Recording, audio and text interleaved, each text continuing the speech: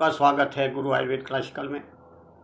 आज का जो सब्जेक्ट है वो बहुत ही सोचने वाला सब्जेक्ट है कि बुढ़ापे में आदमी को कुछ आदतें ज़रूरतें बदल जाती हैं। क्यों और अगर ऐसा बुढ़ापे में ज़रूरतें बदलती हैं तो उसके लिए क्या करें और हमें क्या करना चाहिए। अगर आपके घर में कोई बुज़ुर्ग है या खुद बुज़ुर्ग को क्या करना चाहिए, आज इसके बारे में वीडियो है। वीडियो शुरू करने से पहले आपसे गुजारिश है कि आप मेरे चैनल को सब्सक्राइब जरूर करें, क्योंकि ऐसी वीडियो आपको लगातार मिलती रहेंगी। और मेरी वीडियो लास्ट तक देखें, कुछ ना कुछ आपको नया जरूर मिलेगा। अब चलते हैं, वृद्धावस्था में बुजुर्गों की ज़रूरत बदल जाती है।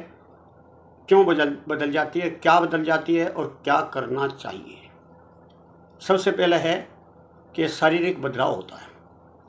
उम्र ज्यों ज्यों बढ़ती है तो शरीर की ताकत समाप्त होना शुरू हो जाती है। शरीर के अंदर इम्यूनिटी नहीं रहती, रोग प्रतिरोधक शक्ति नहीं रहती और इम्यूनिटी के साथ साथ ऊर्जा भी घटने लगती है। शरीर की कार्य करने की ऊर्जा या चलने फिरने की ऊर्जा भी कम होने लगती है। इसके लिए स्पेशल जो है खान पीन का और नियमित व्यायाम का ध्यान करना चाहिए और बुजुर्गों की हेल्थ का देखभाल जरूर करनी चाहिए। उनका चेकअप वगैरह करते रहना चाहिए। और दूसरा बदलाव क्या है कि मानसिक और भावनात्मक बदलाव आता है। बुजुर्ग आदमी अकेलापन महसूस करता है, क्योंकि अक्सर जीवन साथी भी चले जाते हैं। बच्चे कोई परवाह नहीं करें या जनरेशन गैप जिसको बोलते हैं वो ज़्यादा आ जाए तो अकेलापन महसूस होता है और उदासी महसूस होती है। बुजुर्ग खुद अपने आप को महत्वहीन मानने लगता है कि मैं तो किसी काम का नहीं हूँ। तो ऐसी समस्याएं बहुत बढ़ जाती हैं। तो ऐसी समस्या हैं तो आप अपने बुजुर्गों की या खुद बुजुर्ग किसी से बातचीत जरूर करता रहे। घर में जितने सदस्य हैं सबको बुजुर्गों के साथ बातचीत करते रहना चाहिए और उनको मान सम्मान देते रहना चाहिए। अन्यथा उनका बुजुर्ग का बुढ़ापा बड़ा मुश्किल हो जाता है। तीसरी परेशानी क्या आती है, आर्थिक समस्या। काम कर नहीं सकते और नौकरी होती नहीं या व्यवसाय कोई कर नहीं सकते तो उसकी बड़ी समस्या होती है। तो इसके लिए आप कोई ना कोई इंतजाम करें। और सामाजिक सहयोगिता, इसमें पूरे समाज की सहयोग चाहिए और समाज से उनको जुड़ करके रहना चाहिए बुजुर्गों को। तीसरा है सुरक्षा और देखभाल। जैसे चलते फिरते गिरने का डर रहता है, चोट लग जाने का डर रहता है, अचानक बीमार होने का डर रह जाता है, क्योंकि इम्यूनिटी तो होती नहीं। तो अगर आपके घर में कोई बुजुर्ग है तो आपका फर्ज बनता है कि बुजुर्गों की थोड़ी बात सुन लें और उन्हें समय दें। उनके पास थोड़ा सा समय जरूर निकाल करके बैठें और उनको सम्मान दें, क्योंकि उन्होंने आपको बड़ा किया है, आपके लिए बहुत कुछ किया है। कई लोग कहते हैं कि मेरे बाप ने मेरे लिए क्या किया है। जब वो बुजुर्ग की अवस्था में आएंगे तब पता लगेगा कि उन्होंने क्या किया था या क्या नहीं किया। कोई भी घर में फैसला हो या कुछ काम करना है, घर बनाना है या कोई ज़मीन लेनी है या ज़मीन बेचनी है, ऐसी कंडीशन में बुजुर्गों को की सलाह जरूर ले लेनी चाहिए। उनकी उपेक्षा ना करें। उपेक्षा करने से वो आयु तो जितनी दी परमात्मा ने उतने जिएंगे, लेकिन तड़प तड़प कर जीने से क्या फायदा है। और ये आप पाप ना लें। हेल्थ जांच कराते रहें उनकी, और कोई दवा चल रही हो तो उनकी समय पर दवा चलाते रहें और उनकी सही डाइट का ध्यान रखें और समय पर रखें। उनको सुपाच्य भोजन दें। समाज में वरिष्ठ नागरिकों का एक समूह बनवाएं और बातचीत करें। आप अगर बुजुर्ग हैं तो ये कार्य खुद भी कर सकते हैं कि जितने भी आसपास में आपके पड़ोस में या समाज में बुजुर्ग वरिष्ठ व्यक्ति हैं तो उनसे बातचीत करें। जो आपसे आता है सिखाएं लोगों को और अपने ज्ञान को बांटें।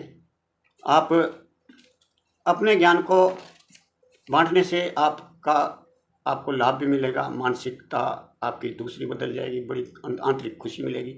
और किसी का काम बनते देखें आपके अनुभव की वजह से तो अगला भी दुआएं देगा और आपको भी बड़ी खुशी होगी। अपने ज्ञान का अपने बच्चों में और युवाओं में ज़रूर उनको सिखाइए। आप समृद्ध हैं तो आप नागरिकों के लिए, वरिष्ठ नागरिकों के लिए आप हेल्थ सेंटर खोल सकते हैं, उनके लिए एक बुजुर्गों के, वरिष्ठ व्यक्तियों के लिए केंद्र खोल सकते हैं। बुजुर्ग अगर स्वयं देखभाल करें तो ये सबसे बेस्ट है। बुजुर्गों को अपनी देखभाल की प्राथमिकता देनी चाहिए और समाज में सक्रिय रूप से रहना चाहिए।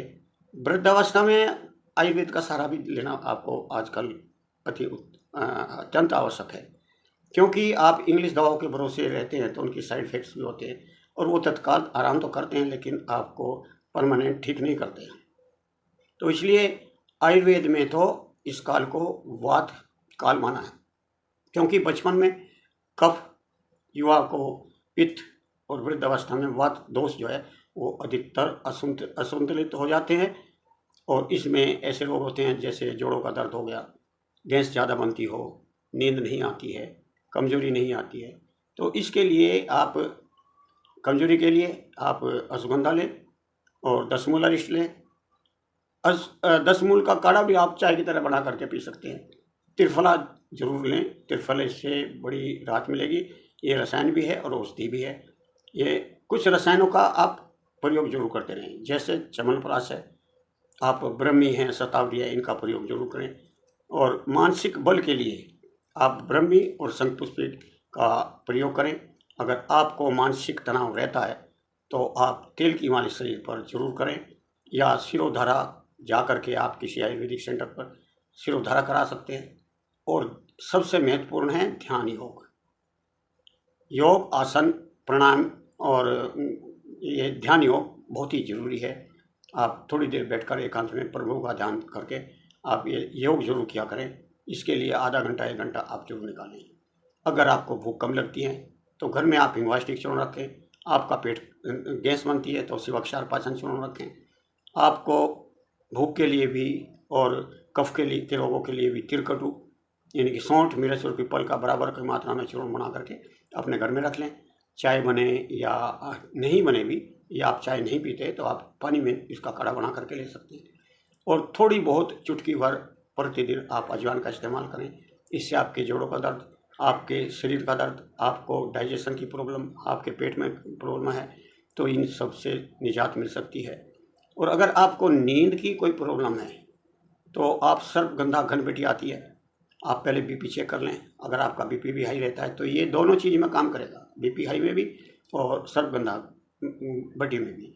अगर कोई भी आयुर्वेदिक ट्रीटमेंट करते हैं तो आप अपने पड़ोस में कोई बुजुर्ग वैद्य होगा या आयुर्वेदिक चिकित्सक कोई होगा तो उससे सलाह जरूर ले लें। आप जटामासी का चूर्ण रखें। आप 1 चुटकी भर सोने से पहले जटामासी का चूर्ण ले सकते हैं, या फिर 1 चुटकी भर जायफल का चूर्ण दूध में डाल करके आप ले सकते हैं। इससे आपकी नींद की प्रॉब्लम ठीक हो जाएगी। और सबसे बड़ा एक सुखी रहने का तरीका क्या है कि जो कष्ट हैं वो हम भुगत रहे हैं, ये परमात्मा की देन है, हमारे कर्मों का फल है। तो हंसते हंसते आप जरूर इनको का सामना करें। जो हंसता है परमात्मा से हंसाता रहता है। तो ये वीडियो मेरी कैसी लगी आप कमेंट में जरूर लिखें, और मुझे कोई और भी वृद्ध व्यक्तियों के लिए सलाह देना चाहे तो आप कमेंट में जरूर लिखें। और इस वीडियो को लाइक करें, अपने दोस्तों में शेयर करें और शेयर करना ना भूलें। धन्यवाद, नमस्कार, जय।